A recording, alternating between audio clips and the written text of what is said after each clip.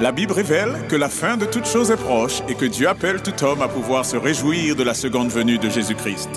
L'objectif de cette présentation est de vous préparer à être du nombre de ceux qui gardent les commandements de Dieu et le témoignage, la foi de Jésus-Christ. Durant les 2 dernières présentations de cette série d'études sur les commandements de Dieu, nous avons considéré le premier commandement ou la première parole de l'Alliance. Et après avoir considéré cette première parole, ce premier commandement, penchons-nous maintenant sur le deuxième commandement, lequel nous lisons en Exode chapitre 20, versets 4 à 6. Je vous invite à vous rendre avec moi en Exode chapitre 20, verset 4, et nous lirons du verset 4 au verset 6.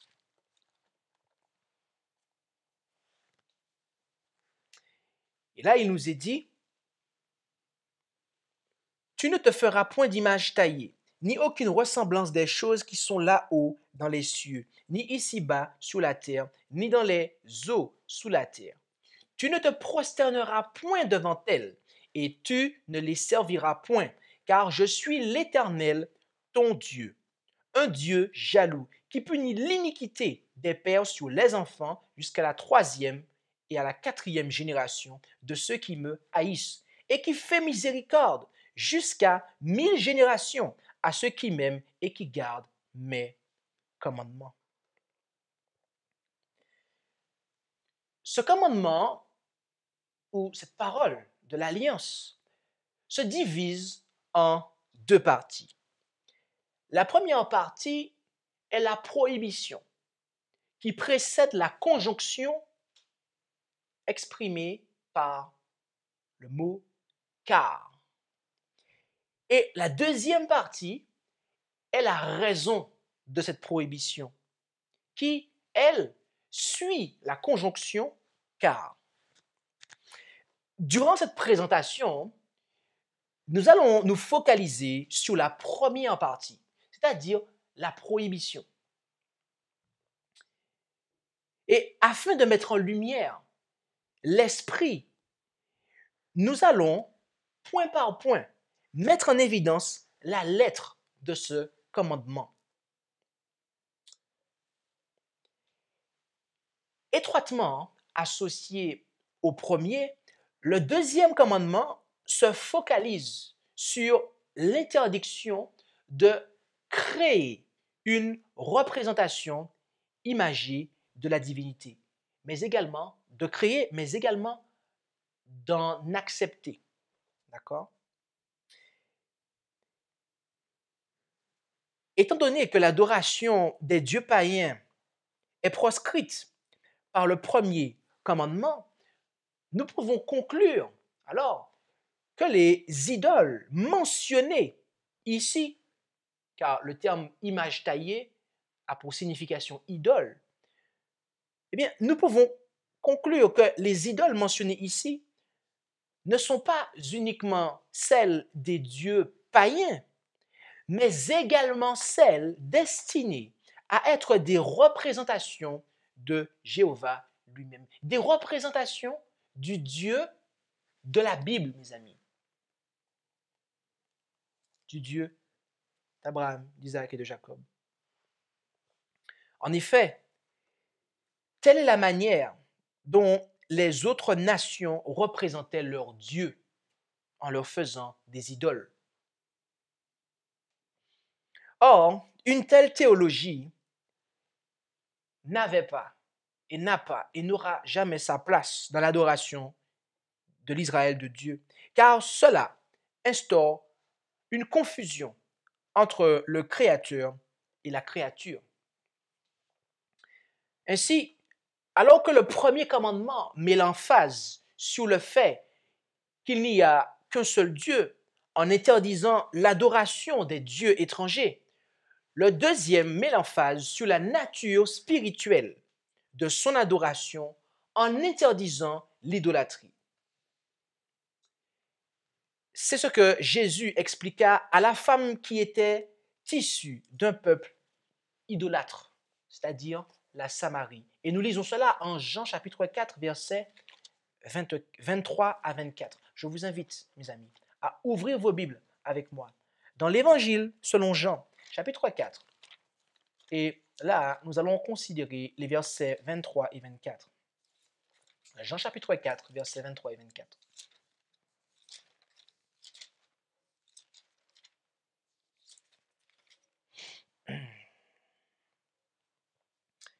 Nous lisons là que « Mais l'heure vient, dit-il à la femme, et elle est déjà venue, que les vrais adorateurs adoreront le Père en esprit et en vérité, car le Père demande de tels adorateurs. Dieu est esprit, verset 24, et il faut que ceux qui l'adorent en esprit et en vérité. » Ici, mes amis, je vous invite à noter que la véritable adoration se fait en esprit et en vérité. Les deux sont combinés, esprit et vérité. Le mensonge n'a pas sa place, mes amis. Le mensonge n'a pas sa place. Retenez bien ce que nous venons de dire à l'instant. Le commentaire que nous avons apporté à cette lecture. Retenez bien ça, mes amis. Retenez-le bien, car nous allons le retrouver dans quelques instants. Le deuxième commandement concerne donc les ordonnances du culte ou la manière selon laquelle Dieu est adoré.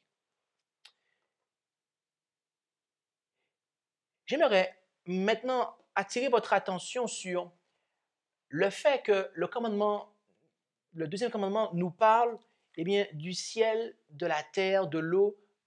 Oui, parce que les idoles, tu ne te feras aucune image taillée, ni aucune représentation de tout ce qui est sur la terre, dans le ciel, dans l'eau. Cette triple division, ciel, terre, eau, elle couvre l'ensemble du monde physique à partir duquel les païens tirent et façonnent leurs idoles. En effet, l'apôtre Paul lui-même aussi se réfère à cette triple dimension du monde physique, l'eau, la terre et le ciel. En Romains chapitre 1, versets 22 à 23.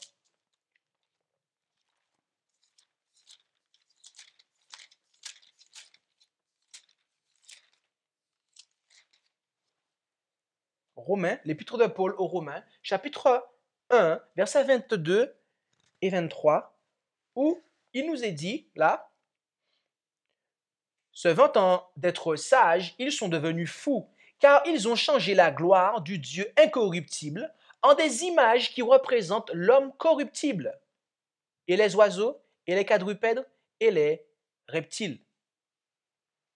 Voyez-vous? L'apôtre Paul également fait mention de cela.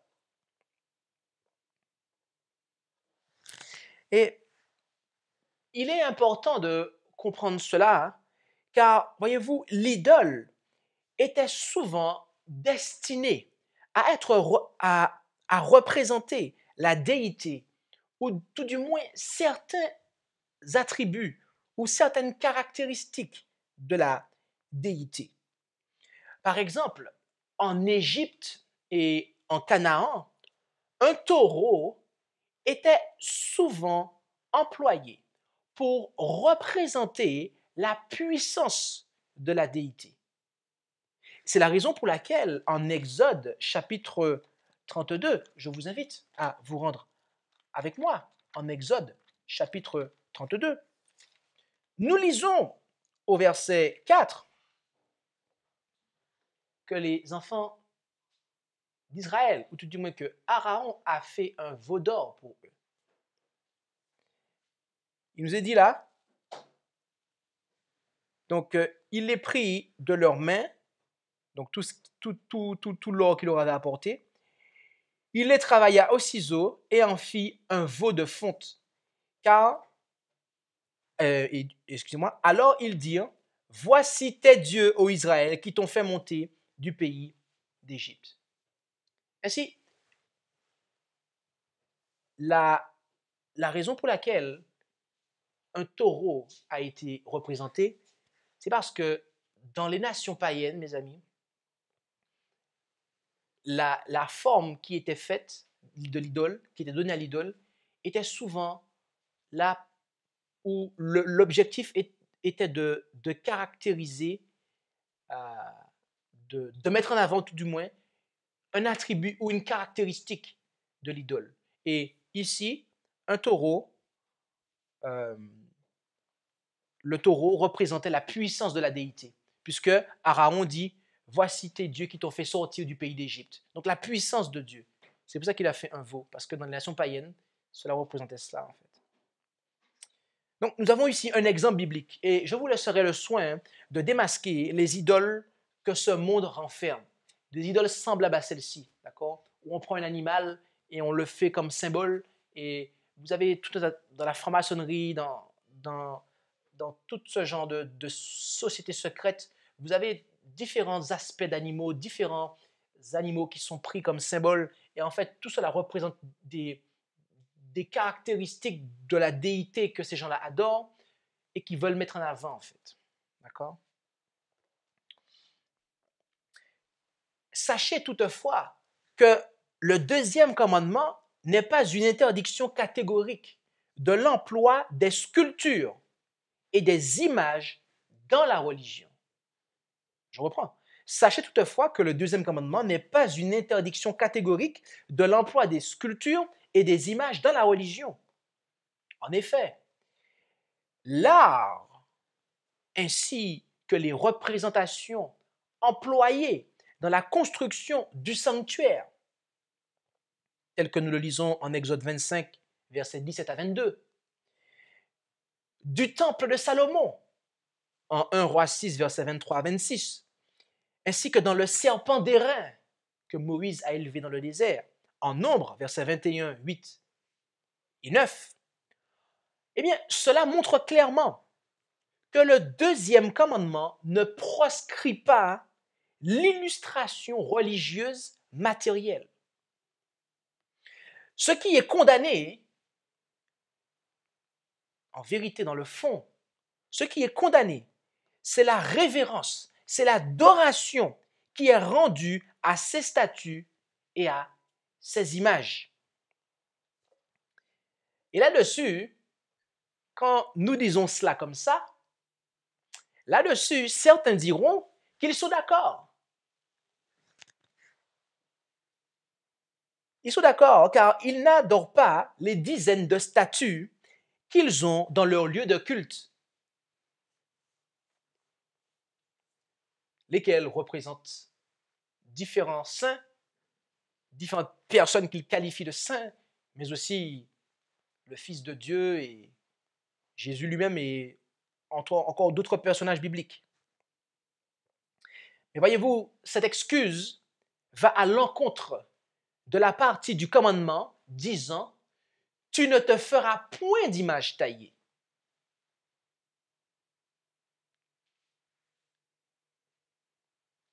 Lorsque je dis cela, quelqu'un pourrait dire que je me contredis. Quelqu'un pourrait dire que je me contredis. En me disant, mais alors, pourquoi Israël a eu des représentations? Vous venez de le dire. Dans le sanctuaire, dans le désert, dans le temple de Salomon, Moïse lui-même a fait un serpent d'airain. Pourquoi, d'un côté, ils ont eu des représentations, cela n'a pas été une transgression du deuxième commandement, et de l'autre côté, lorsqu'il y a des statues dans une église catholique, cela est une transgression du commandement. Pourquoi? Remarquez, premièrement, que toutes les fois où le peuple de Dieu eut des représentations imagées, taillées, avec l'approbation de Dieu, ce fut sous la demande expresse de Dieu, mes amis. Remarquez, dans le sanctuaire, ceux qui avaient dans le sanctuaire, l'arche de l'Alliance, les chérubins qui étaient sur l'arche, c'était des images taillées, mes amis. Et oui, c'était des images taillées, il ne faut pas se la cacher. mais c'est Dieu qui l'avait commandé. Dieu l'avait commandé. Le serpent d'airain aussi, c'est Dieu qui l'avait commandé. La première chose qu'il nous faut remarquer, c'est que c'est Dieu qui le demande. Et suivez les autres points. Et nous allons mettre ce premier point-là en relation avec les autres points. Et vous allez comprendre, mes amis, il n'y a pas de contradiction dans le second commandement.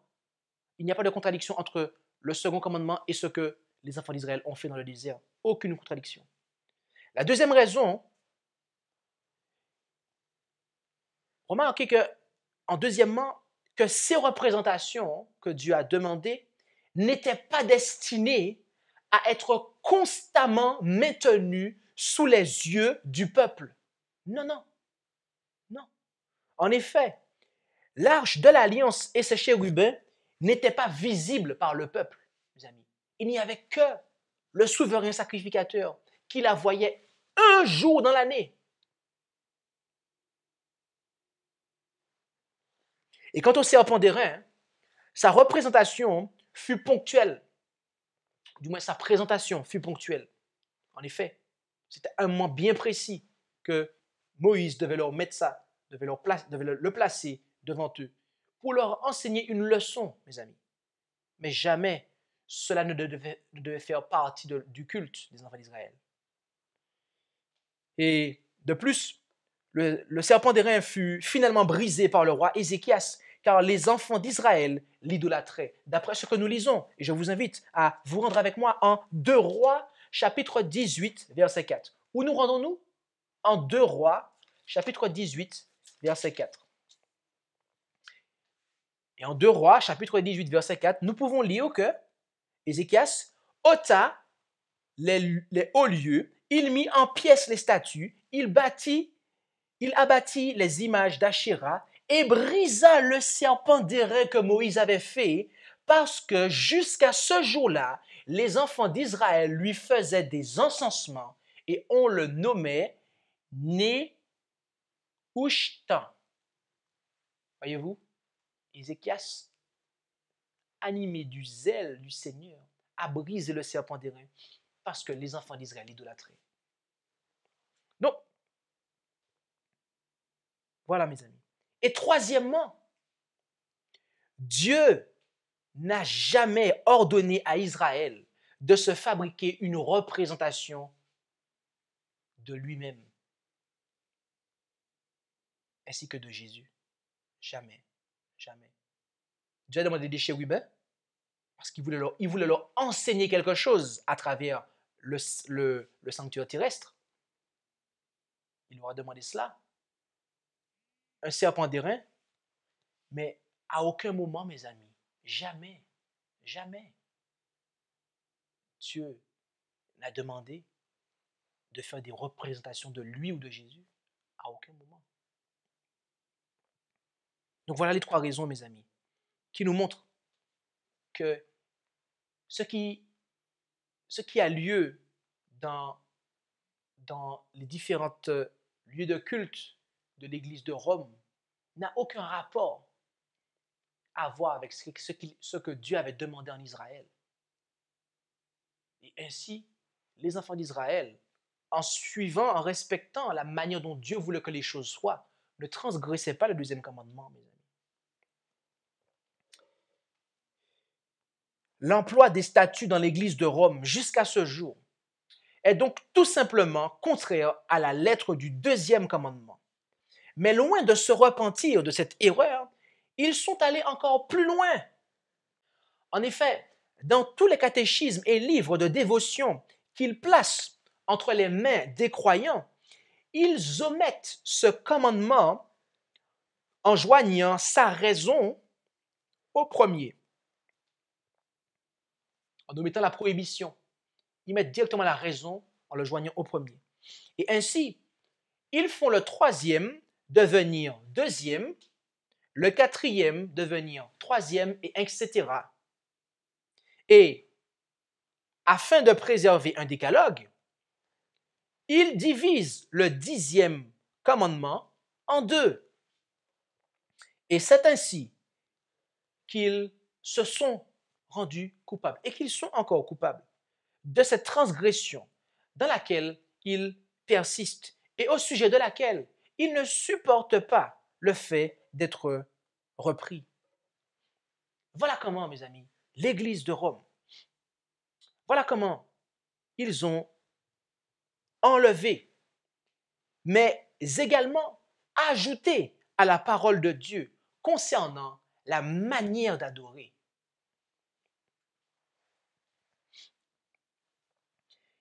Et loin de s'être arrêté à la lettre, l'Église catholique romaine s'est également engagée dans la transgression de l'esprit du deuxième commandement. Je vous invite à vous rendre avec moi afin de pouvoir considérer ce point dans le livre du prophète Ésaïe au chapitre 42.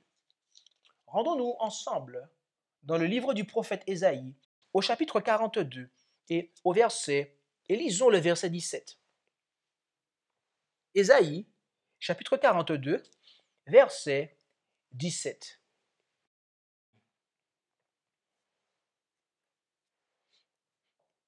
Mais ils reculeront et seront couverts de honte, ceux qui se fient aux images taillées, qui disent aux idoles de fonte, vous êtes nos dieux. L'idole était non seulement considérée comme l'emblème, mais également comme étant l'incarnation réelle et véritable de la déité. D'une certaine manière, l'essence de la déité était considérée comme étant localisée et concentrée dans l'idole. La déité devenait donc accessible, mais aussi potentiellement contrôlable par l'adorateur.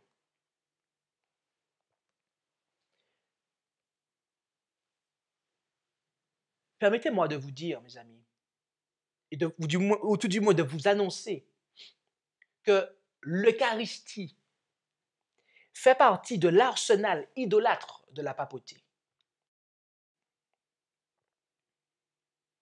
Cette institution, qui est qualifiée de sacrement par l'Église catholique romaine, n'a rien à voir avec la communion fraternelle qui, elle, se constitue du lavement des pieds et du souper du Seigneur, que certains protestants appellent la Sainte Seine.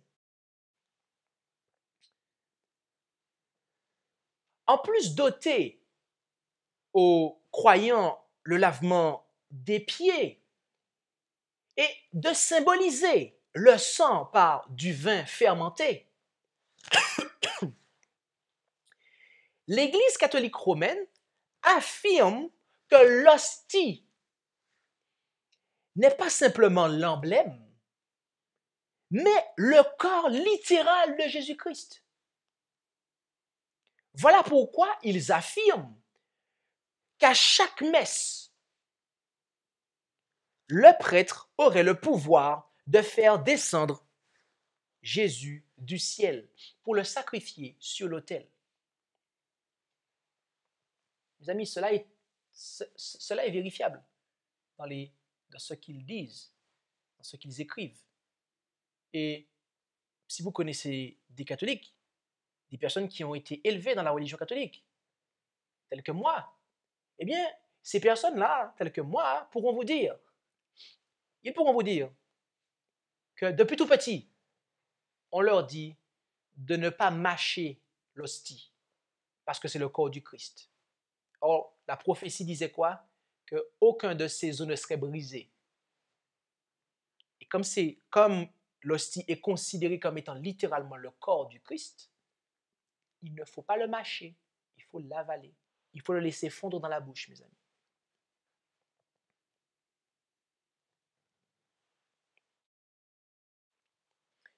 Voilà en quoi repose la folie de l'idolâtrie. Dans le fait que l'idole est simplement le produit de l'habileté humaine Et étant donné qu'elle est inférieure à l'homme, elle est donc soumise à lui. Et oui, les prêtres catholiques se targuent de pouvoir faire Jésus descendre du ciel à chaque messe pour le sacrifier.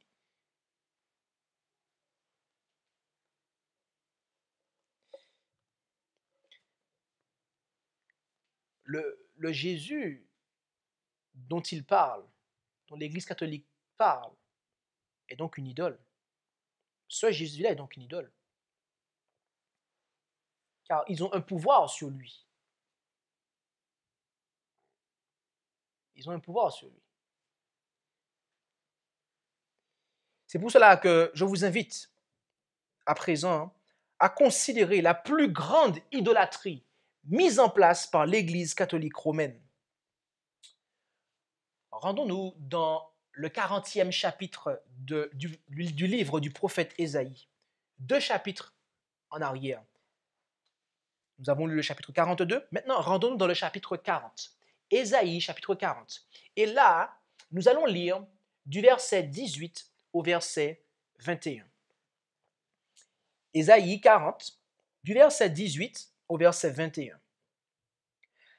À qui donc feriez-vous ressembler Dieu? Et par quelle image le représenterez-vous? L'ouvrier fond une idole, et l'orfèvre étend l'or par-dessus, et lui fait des chaînettes d'argent. Celui qui ne peut offrir beaucoup choisit un bois qui ne pourrisse point, et cherche un ouvrier habile pour fabriquer une idole qui ne branle pas. N'aurez-vous point de connaissance? N'entendrez-vous point? Ne l'avez-vous pas appris dès le commencement? N'avez-vous pas compris comment la terre fut fondée? Et si nous continuons au verset 22, c'est lui qui est assis au-dessus du globe de la terre, et ceux qui l'habitent sont comme des sauterelles. Je m'arrêterai là dans le verset 22.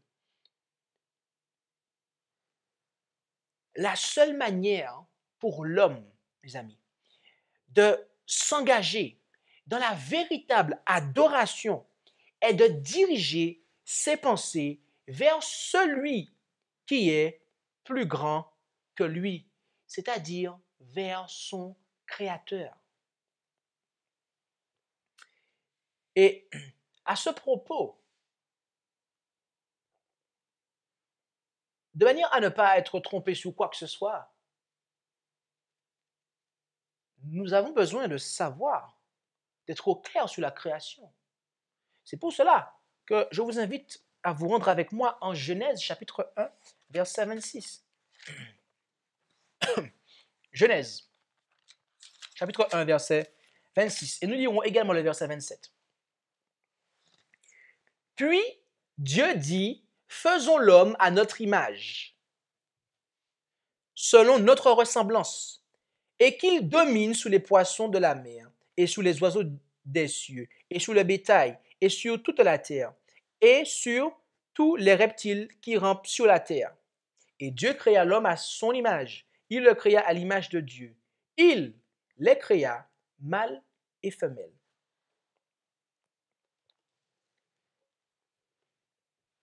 Remarquez que ici,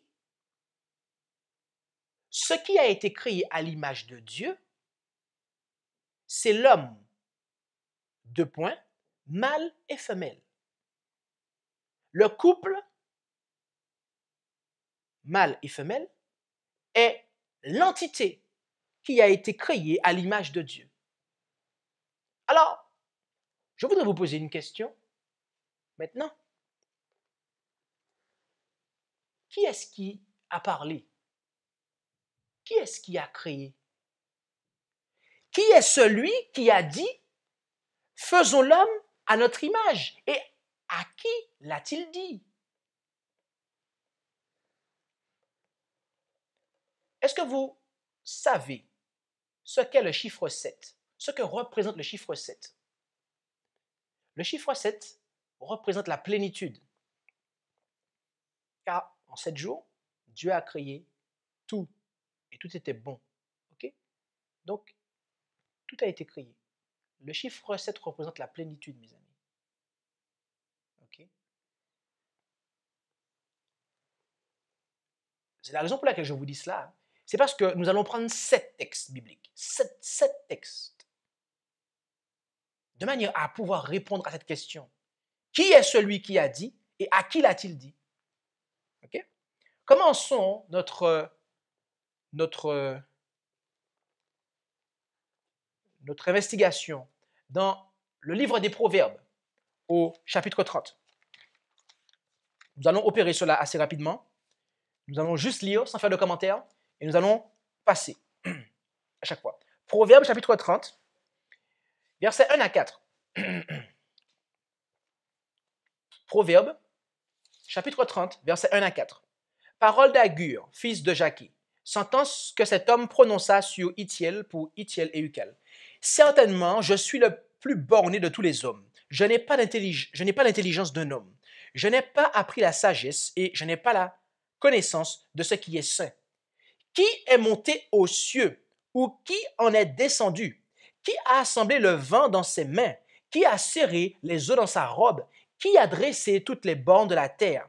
Quel est son nom? Et quel est le nom de son fils? Premier texte. Deuxième texte, Jean, l'Évangile selon Jean, chapitre 1, versets 1 à 3. Je vous l'ai dit, nous allons juste lire les textes, sans faire de commentaire. L'Évangile selon Jean, chapitre 1, versets 1 à 3. Jean, chapitre 1, versets 1 à 3. Au commencement était la parole était avec Dieu, et la parole était Dieu. Alors, je vais reprendre avec ce que nous avons appris lors de la première présentation. Au commencement était la parole était avec le Dieu, et la parole était Dieu. Elle était au commencement avec le Dieu. Toutes choses ont été faites par elle, et rien de ce qui a été fait n'a été fait sans elle. Ok? Troisième texte. 1 Corinthiens. Rendons-nous en 1 Corinthiens, chapitre 8, verset 6. Pendant que nous lisons, laissez les textes résonner dans votre tête et vous dire avec qui a créé avec qui. D'accord? 1 Corinthiens 8, verset 6. 1 Corinthiens, chapitre 8, verset 6. Toutefois, nous n'avons qu'un seul Dieu, le Père, duquel procèdent toutes choses, et nous sommes pour lui, et un seul Seigneur, Jésus-Christ, par lequel sont toutes choses, et nous sommes par lui. Okay? Quatrième texte, rendons-nous en Éphésiens, chapitre 3, verset 9. Éphésiens, chapitre 3, verset 9. De mettre en évidence devant tous quelle est la dispensation du mystère caché de tout temps en Dieu, qui a créé toutes choses par Jésus-Christ. Ok. Cinquièmement, Colossiens chapitre 1, verset 15 à 16. Colossiens chapitre 1, verset 15 à 16. Verset 15 et 16, excusez-moi. C'est lui, Jésus, qui est l'image du Dieu invisible, le premier-né de toutes les créatures. Car c'est en lui qu'ont été créées toutes choses dans les cieux et sur la terre, les visibles et les invisibles, soit les trônes, soit les dominations, soit les principautés, soit les puissances. Tout a été créé par lui et pour lui. Voilà. Sixième texte, Hébreux, l'épître de Paul aux Hébreux, chapitre 1. Et au chapitre 1, considérons le verset 1 et 2. Dieu ayant autrefois parlé à nos pères à plusieurs reprises et en diverses manières par les prophètes, nous a parlé en ces derniers temps par son Fils, qu'il a établi héritier de toutes choses, par lequel aussi il a fait les mondes. Et septièmement, du verset 8 à 10 du même chapitre. Hébreux chapitre 1, verset 8 à 10. Mais quant au Fils, ô Dieu, ton trône demeure au siècle des siècles, et le sceptre de ton règne est un sceptre d'équité. Tu as aimé la justice et tu as haï l'iniquité. C'est pourquoi, ô Dieu, ton Dieu t'a oint d'une huile de joie au-dessus de tes semblables. Et encore, c'est toi, Seigneur, qui as fondé la terre dès le commencement, et les cieux sont l'ouvrage de tes mains.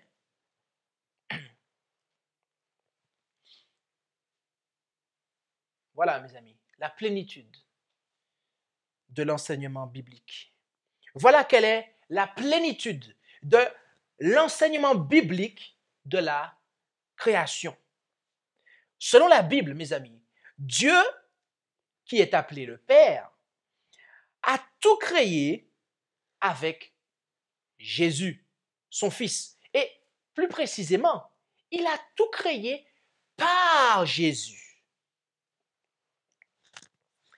Mais malgré la simplicité de cet enseignement, l'Église catholique romaine nous enseigne, et ce avec le soutien de la quasi-totalité des autres églises chrétiennes, que le Dieu créateur est une trinité. Selon ce dogme, Dieu possède trois parties. Une partie est appelée Père, une autre Fils et une autre Saint-Esprit. Ces trois parties ou personnes forment un seul grand être. Et cet être possède toute la puissance, toute la connaissance. Et il a toujours existé avec ces trois parties ou personnes. Mais, mes amis, combien de textes nous disant que Dieu a tout créé par son Fils avons-nous lus? 7. Je voudrais vous poser une question. D'où vient la foi? L'apôtre Paul, en Romains chapitre 10, verset 17, nous dit que la foi vient de ce que l'on entend et ce que l'on entend vient de la parole de Dieu. Autrement dit, si on résume, la foi provient de la parole de Dieu. La parole de Dieu est la source de toute foi. La parole de Dieu est la source de toute foi. Vous êtes d'accord?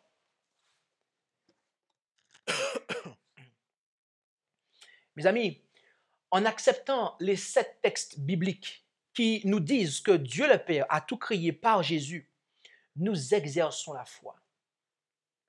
Donc, de grâce, ne laissez personne vous dire qu'en croyant ainsi, vous ne marchez pas par la foi. En effet, telle est l'accusation que vous lanceront les églises qui croient en la Trinité. Car elles disent, et oui, elles disent, mais la Trinité ne s'accepte que par la foi. Mais voilà la source de la foi. Mes amis, permettez-moi de vous dire que ces églises n'ont pas un seul texte biblique disant explicitement qu'il y avait 3 êtres lors de la création. Non. Il est donc manifeste que la Trinité est le fruit de l'imagination. Et voyez-vous, notre adoration doit être gouvernée par le pouvoir de la foi et non par le pouvoir de l'imagination. Si nous acceptons la doctrine de la Trinité ou n'importe quelle doctrine contraire à la divinité qui est révélée par les 7 textes bibliques que nous avons pris, ou celle qui est mise en lumière, qui a été mise en lumière, la divinité qui a été mise en lumière durant l'étude que nous avons faite du premier commandement, lors de la première partie, eh bien, mes amis, nous nous engageons alors dans une fausse adoration. Vous avez bien entendu ce que j'ai dit. L'acceptation d'une fausse doctrine concernant Dieu revient à s'engager dans une fausse adoration. Si je me permets de dire cela, mes amis, que le simple fait d'accepter une fausse doctrine concernant Dieu revient à s'engager dans une fausse adoration. Si je me permets de dire cela, mes amis, c'est parce que la Bible, la parole de Dieu nous dit cela. C'est ce que la parole de Dieu nous dit. Elle nous dit que l'idole peut être une fausse doctrine. En effet, en Jérémie, chapitre 30, et du verset 3 à 5, ainsi qu'au verset 8,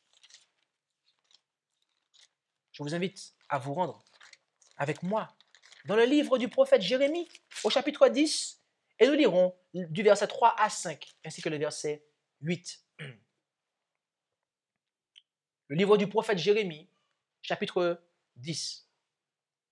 Et commençons la lecture avec le verset 3. Car les statuts des peuples ne sont que vanité. On coupe le bois dans la forêt. La main de l'ouvrier le travaille à la hache. On l'embellit avec de l'argent et de l'or. On le fixe avec des clous et des marteaux pour qu'il ne vacille point. Ils sont semblables, ces dieux, à une colonne faite autour, et ils ne parlent pas. Il faut qu'on les porte parce qu'ils ne peuvent marcher.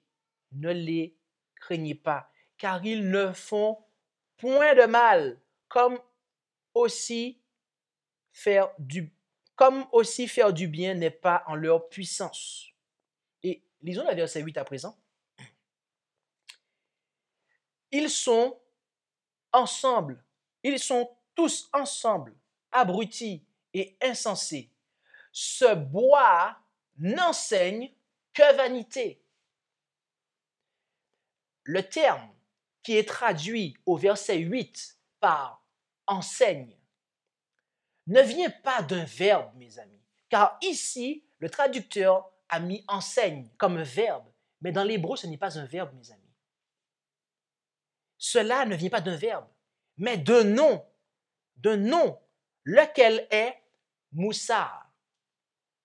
Et ce nom hébreu, Moussar, peut signifier réprimande, instruction, correction, mais également doctrine. Ainsi, une traduction rigoureuse et respectueuse du texte original reviendrait à lire la fin du verset 8 de manière suivante.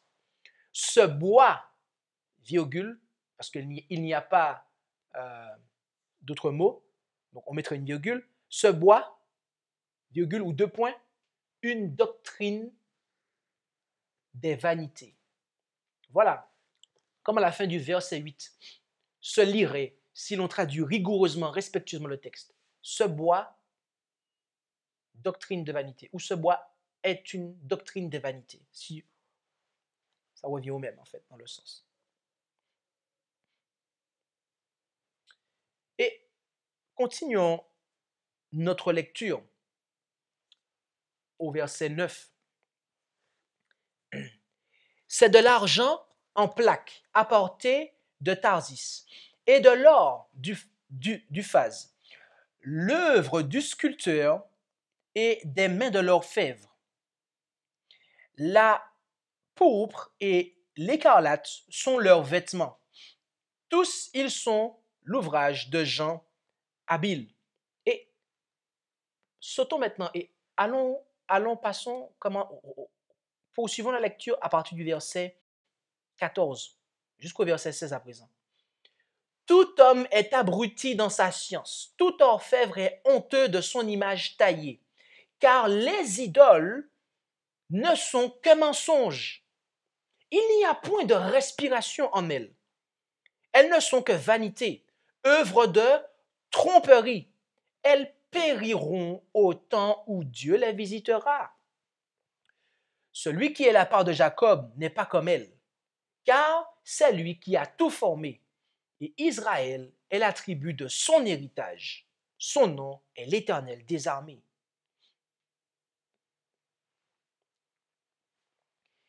Si nous devons résumer Ce que nous avons vu dans ce 10e chapitre du livre du prophète Jérémie, nous devons dire que, tout comme l'idole, la fausse doctrine est le produit de l'œuvre humaine. Elle a également besoin d'être embellie par la philosophie. Et il faut également la fixer avec des textes bibliques pour l'empêcher de vaciller. Et après s'être donné tout ce mal, celui qui l'a conçu, le théologien, et ceux qui l'acceptent, les croyants, eh bien, ils sont également tous abrutis par ce mensonge. Pourquoi? Pourquoi? Parce qu'il n'y a pas de respiration en elle, mes amis. Le terme traduit au verset 14 du 10e chapitre du livre du prophète Jérémie par respiration vient du nom hébreu roua. Et ce terme est souvent employé en référence au vent, au souffle de vie qui anime les êtres vivants, mais également à l'esprit de l'homme, ainsi que l'esprit de Dieu. Et c'est ce terme qui est également présent en Habakkuk chapitre 2. Je vous invite à vous rendre avec moi dans le livre du prophète Habakkuk au chapitre 2. Où nous rendons-nous? En Habakkuk chapitre 2. C'est cela. Et pour ceux qui ont des soucis pour se repérer, Habakkuk est avant Sophonie. En clair, c'est bien après Daniel. D'accord? Vous avez Daniel, vous avez Osée, vous avez Joël, vous avez Amos, vous avez Michée, vous avez Jonas, ou du moins Jonas, Michée, vous avez Nahum, et après Nahum, vous avez Habakkuk. Voilà, tout petit livre, Habakkuk. Tout petit livre de 3 pages, de 3 chapitres. Et en Habakkuk, arrivé ici, considérons le verset 2 et lisons du verset 18 au verset 19. Et nous allons retrouver ce terme roua en hébreu, traduit différemment cette fois-ci. Habakkuk chapitre 2, verset 18 à 19, verset 18 et 19, excusez-moi.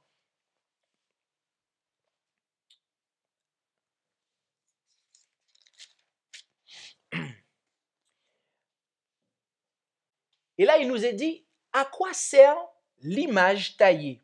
Pour que le sculpteur la taille. À quoi sert l'image de fonte? Docteur de mensonges. Pour que l'ouvrier qui l'a faite place en elle sa confiance en fabriquant des idoles muettes. Malheur à celui qui dit au bois, réveille-toi, et à la pierre muette, lève-toi. Enseignera-t-elle? Voici, elle est couverte d'or et d'argent, et il n'y a aucun esprit en elle. Roua, esprit. C'est le même terme qui était traduit en Jérémie 10 par respiration. Et là, il est dit esprit. Il n'y a pas d'esprit en elle. L'idole, mes amis, le docteur de mensonges, ou si vous préférez, la fausse doctrine, le faux enseignement, n'a pas d'esprit. La fausse doctrine n'a pas d'esprit en elle, mes amis. C'est la raison pour laquelle tous ceux qui l'acceptent en plaçant en elle leur confiance ne peuvent pas recevoir l'Esprit de Dieu, telle une pluie rafraîchissante. Or, tel n'est pas le cas de la doctrine de Dieu. En effet, en Deutéronome, chapitre 32, verset 2, je vous invite à vous rendre avec moi dans le livre du Deutéronome, au chapitre 2 et au verset 2. Genèse, Exode, Lévitique, Nombre, Deutéronome. Deutéronome, chapitre 32, verset 2.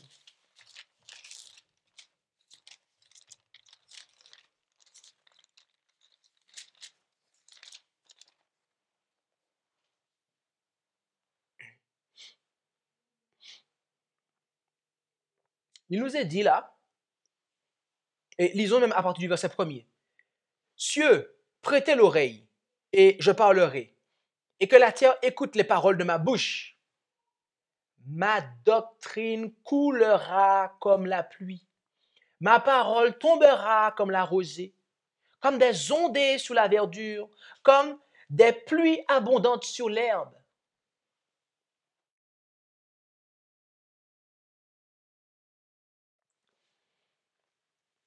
La doctrine de Dieu vient de sa parole. Et c'est en acceptant cette dernière que nous recevrons le rafraîchissement, la pluie de la première et de l'arrière-saison. Et voyez-vous, je ne pense pas que tous ceux qui auront une bonne connaissance de Dieu recevront ce rafraîchissement. Non. Mais je puis vous dire, mes amis, que personne ne sera rempli de l'Esprit de Dieu sans cette connaissance. Nous avons besoin de ce rafraîchissement, mes amis. Surtout si nous souhaitons traverser le temps de détresse. Or, là encore, la croyance en une doctrine idolâtre, telle que la Trinité, ne nous sauvera pas lors du temps de détresse. En effet, dans le livre du prophète Ésaïe, au chapitre 46 et du verset 5 à 8, nous lisons les paroles suivantes. Ésaïe, chapitre 46, versets 5 à 8.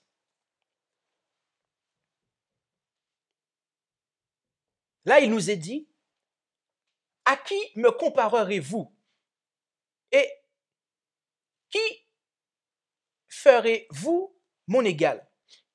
Avec qui me confronterez-vous pour nous trouver semblables? Ils répandent l'or de leur bourse et pèsent l'argent à la balance. Ils paient un orfèvre pour faire un dieu. Ils l'adorent et ils se prosternent devant lui. Ils le portent, ils le chargent sur l'épaule et il ne bougera pas de son lieu. Puis on crie à lui, mais il ne répond point et il ne sauve pas de la détresse. »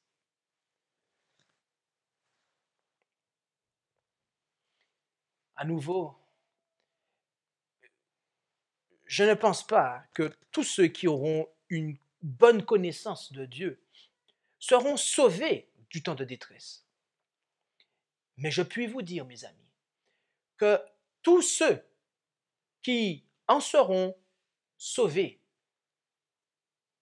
auront cette connaissance, cette bonne connaissance de Dieu. Et pourquoi? Pourquoi cela? C'est parce que le Dieu qu'ils invoqueront ne sera pas insensible à leurs appels. En effet, dans le psaume 115, où nous rendons-nous? Dans le psaume 115. Et là, nous lirons du verset 4 au verset 7. Psaume 115. Le psaume 115, du verset 4 jusqu'au verset 7. Psaume 115, verset 4 à 7. Là, nous lisons, « Leurs idoles sont de l'argent et de l'or, un ouvrage de main d'homme. Elles ont une bouche et ne parlent pas. Elles ont des yeux et ne voient pas. Elles ont des oreilles et n'entendent pas. Elles ont un nez et ne sentent pas. Des mains et ne touchent pas. Des pieds et ne marchent pas. Elles ne rendent aucun son de leur gosier. Ceux qui les font et tous ceux qui s'y confient leur deviendront semblables. » Loin d'être une aide à l'adoration, mes amis, l'idole établit une barrière insurmontable pour le raffinement de la perception spirituelle de l'homme. Toutes les idoles, mes amis, toutes les doctrines idolâtres, la Trinité inclus, sont insensibles aux appels qui émanent du plus profond de notre âme. Et c'est pour ça, c'est pourquoi voilà pourquoi ceux qui les adorent finiront par leur ressembler, tel que nous le lisons au verset 8. Ceux qui les font et tous ceux qui s'y confient, les deux classes. Les faux théologiens, mes amis, ceux qui font de la théologie philosophique et qui ne respectent pas la parole de Dieu, ceux qui font les idoles, mais aussi tous ceux qui s'y confient, tous ces membres d'église qui adorent ces idoles qui ont été créées par des mains d'hommes, dans des universités où c'est le monde qui dirige et non pas la parole de Dieu. Eh bien, la Bible déclare, mes amis, que ces deux catégories-là leur seront semblables. Alors, ils vont ressembler à leur idole.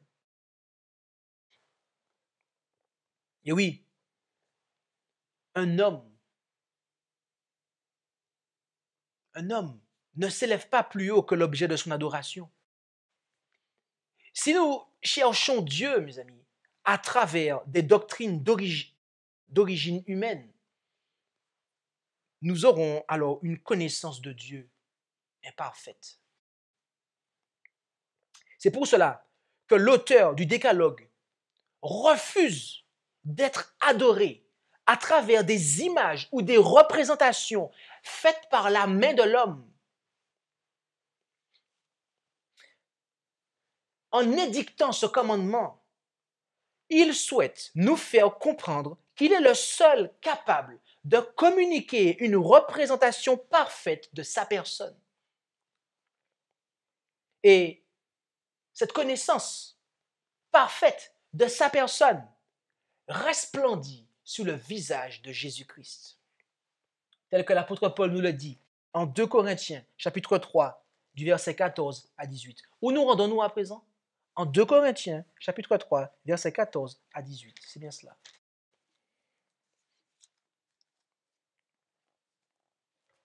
« 2 Corinthiens, chapitre 3, verset 14 à 18. Et là, lisons attentivement. « Mais leurs esprits ont été endurcis jusqu'à présent. » Là, on parle des Juifs. « Car encore aujourd'hui, ce même voile demeure sous la lecture de l'Ancien Testament, sans être enlevé, parce qu'il n'est ôté que par Christ. » Verset 15. « Encore aujourd'hui, quand on lit Moïse, un voile est jeté sur leur cœur. Mais quand ils se convertiront au Seigneur, le voile sera ôté. Or, le Seigneur, de qui parle-t-on ici? Du Christ. Or, le Seigneur est l'Esprit. Et où est l'Esprit du Seigneur? Là est la liberté. » Et maintenant, lisons le verset 18. « Ainsi, nous tous qui, le visage découvert, » ça veut dire tous ceux qui ont accepté le Christ, pas comme les Juifs qui l'ont rejeté, mais tous ceux qui ont accepté le Christ, et les Juifs qui l'ont accepté aussi, tous ceux qui ont accepté le Christ, mes amis. Donc, ils ont un visage découvert, ils n'ont plus ce voile. Ainsi, nous tous qui, le visage découvert, contemplons comme dans un miroir la gloire du Seigneur, Jésus-Christ, je rajoute pour votre compréhension.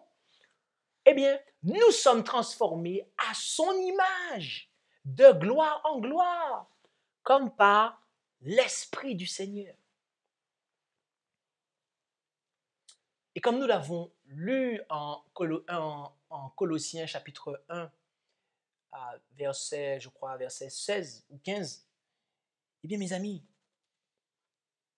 Christ est la seule image que Dieu approuva de sa personne.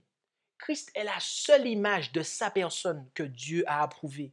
Et il le redit, l'apôtre Paul, au chapitre suivant, au verset 4. Vous avez jusqu'à baisser vos yeux. Au verset 4 du chapitre 4. pour les incrédules dont le Dieu de ce siècle a aveuglé l'esprit, afin qu'ils ne soient pas éclairés par la lumière du glorieux évangile de Christ, qui est l'image de Dieu. Encore une fois, permettez-moi de vous répéter cela, mes amis. Christ est la seule image de sa personne que Dieu le Père, le Très-Haut, l'Ancien des jours, approuva et approuve encore. La seule image.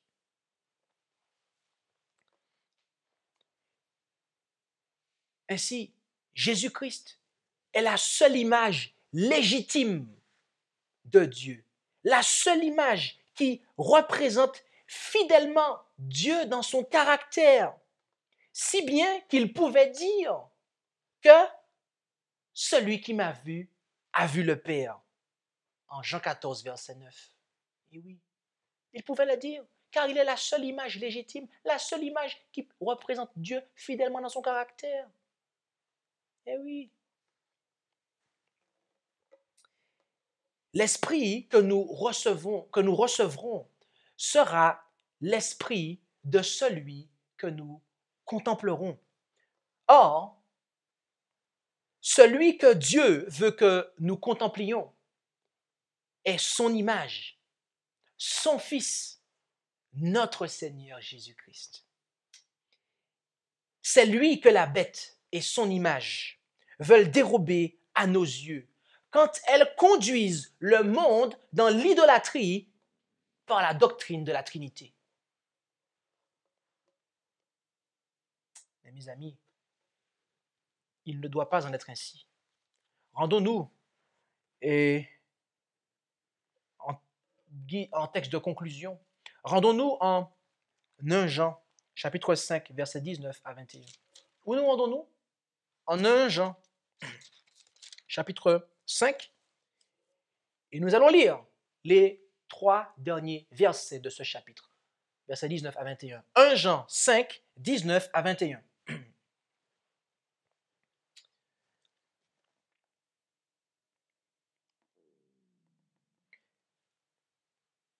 Là, il nous est dit, nous savons que nous sommes de Dieu et que le monde entier est plongé dans le mal. Nous savons aussi que le Fils de Dieu est venu et il nous a donné l'intelligence pour connaître le véritable. Et nous sommes en ce véritable, en son Fils Jésus-Christ. C'est lui qui est le Dieu véritable et la vie éternelle. Petits enfants, gardez-vous des idoles. Amen.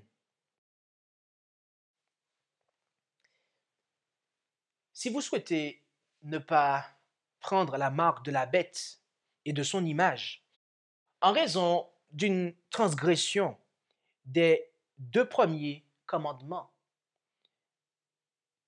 je vous invite, mes amis, dans ce cas, à écouter la voix de Dieu qui vous implore, qui vous supplie, qui vous demande de contempler son Fils, car c'est la seule manière